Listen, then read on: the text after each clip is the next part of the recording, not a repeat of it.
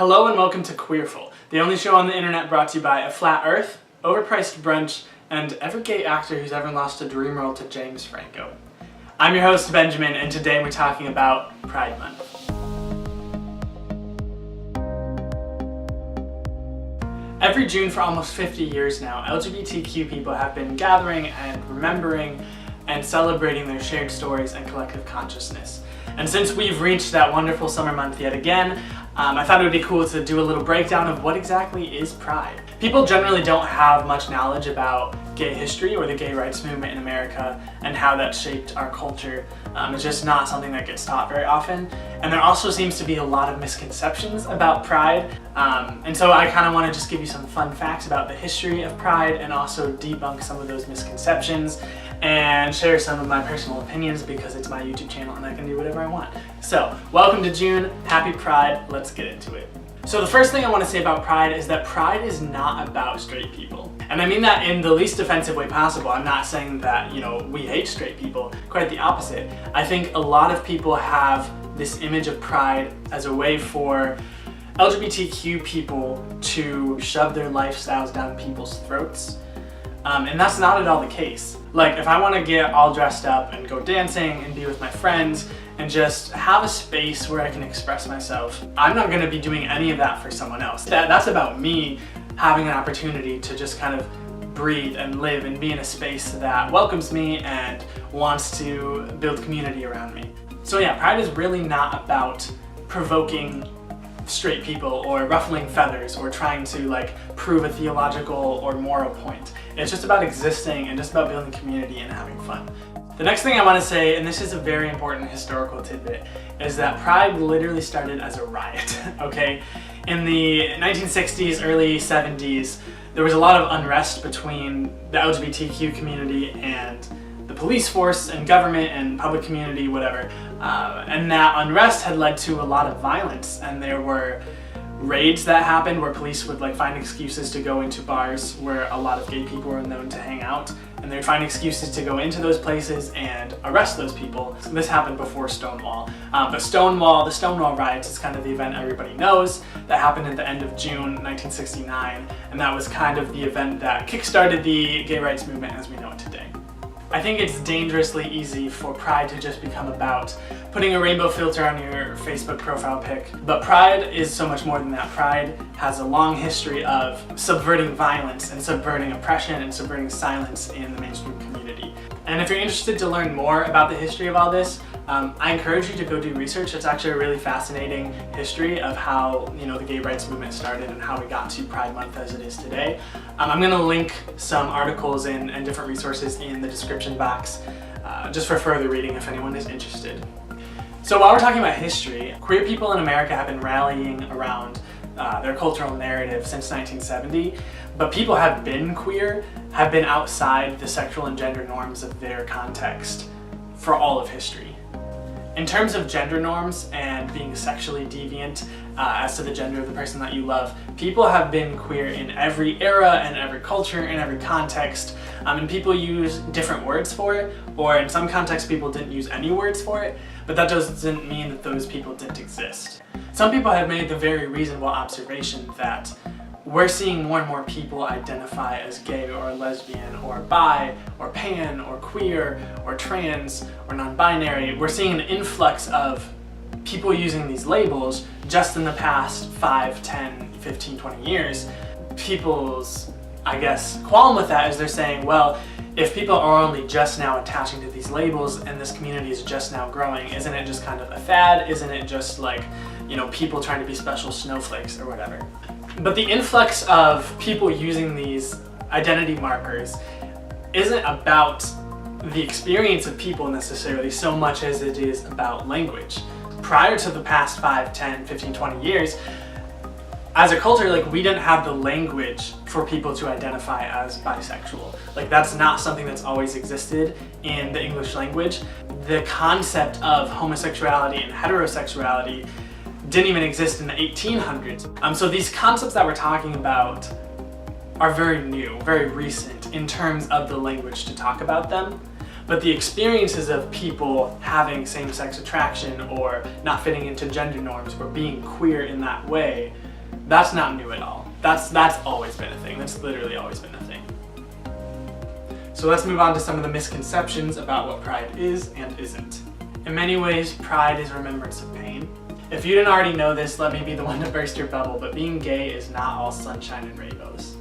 I think some people have the misconception that pride is all about pleasure, and it's about sex, and it's about happiness in the moment, and that it's just really something very shallow. But pride is also one of the only ways that LGBTQ people can come together and communally grieve over the hurt and the trauma and the suffering and the loss that we have experienced. This was true of the Pulse incident. I can still remember how hard that hit me, and I know that a lot of people have felt the same way. To see so much violence and so much pain and loss happen in a space that is supposed to be safe and welcoming, it hits hard, and it can be difficult, it can be traumatic even. Though I'm too young to know what it felt like firsthand, a very similar but much more prolonged experience of this was with the AIDS crisis, where our government continually refused to acknowledge the situation, refused to say that there was a crisis happening while gay people were dying left and right. And to have that kind of communal suffering and communal pain takes a communal vigil. And this is something that I think religious communities are particularly well equipped to understand. A lot of religions and a lot of communities have built into their theologies and into their praxis ways that they remember grief and loss, ways that they process that, whether it's through prayer or worship or vigils or candle lighting services or whatever it looks like in your context. But I think it's the same kind of thing. It's a way for communities to come together and acknowledge their pain and help each other kind of work through it. Pride Month is also a display of solidarity and community among marginalized folks who might otherwise feel very alone on a day-to-day basis. Think about it this way. We have a Black History Month, right? So that at the very, very least, during 1 month of the year, students will learn about Black history, because let's be real, through most of the year, that kind of history and those kinds of narratives get left out of our textbooks and our lectures.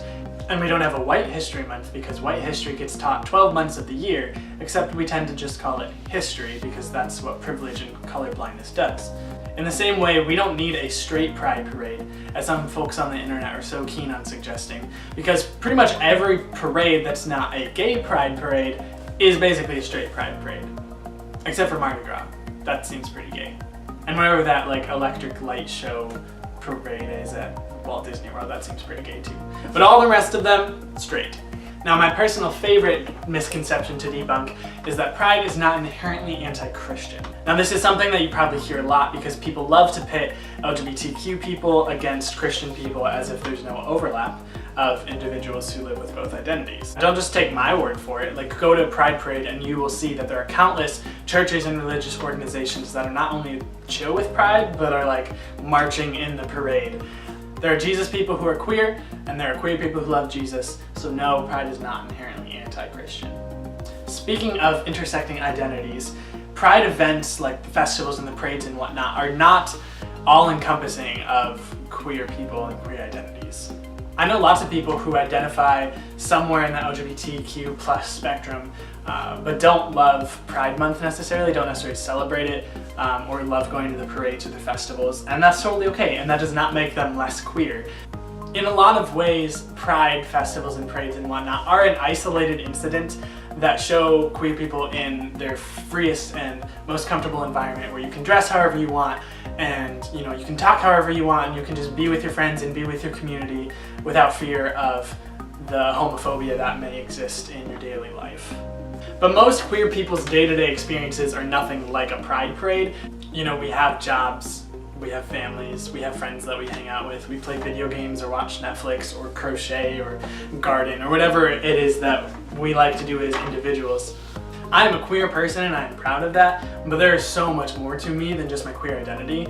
Pride Fest is just the one place that I can celebrate that piece of me, but then when I leave Pride Fest and I go home, like my day-to-day life incorporates all those other pieces of me as well. And so sometimes when people look at Pride events, they get this snapshot and they're like, this is what gay people are like, ooh, I figured it out. And then if there's a person that doesn't fit into that, or if there's a person who identifies as gay, for example, but they don't feel like that image is who they are as a person, then they suddenly feel like being gay is inaccessible to them, or that they're not part of the community because they aren't anything like what they see happening in the parade. So yeah, I just want to completely debunk that and say there's no correct way to be gay. You don't have to dress a certain way or talk a certain way or have certain interests to be part of the LGBTQ community. So yeah, no gatekeeping. If you're queer, you're queer. There's no correct way to do it. Just live your life. You're awesome. Keep doing you.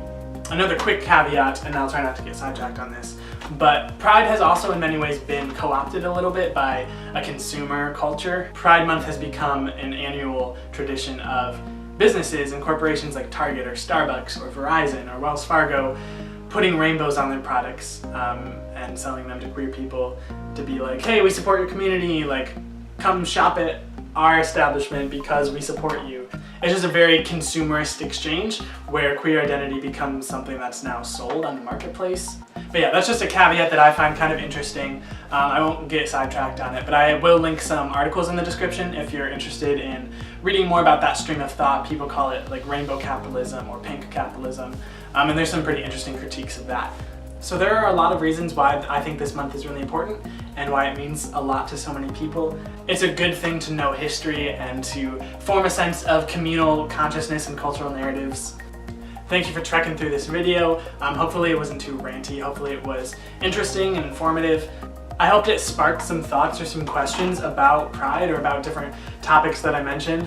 Like I said, I'm going to link some resources in the description, so if you want to read more about this topic, please do so. If you have thoughts or disputes or questions, leave a comment below, send me a tweet. These are just my perspectives, but obviously everyone has their own perspective, so I would love to hear your thoughts on Pride Month. Don't forget to like this video, subscribe to the channel, share it, follow me in socials, all that kind of stuff. I know you will, you're awesome. Thank you so much for watching, and happy Pride Month, y'all. Okay, love you, bye!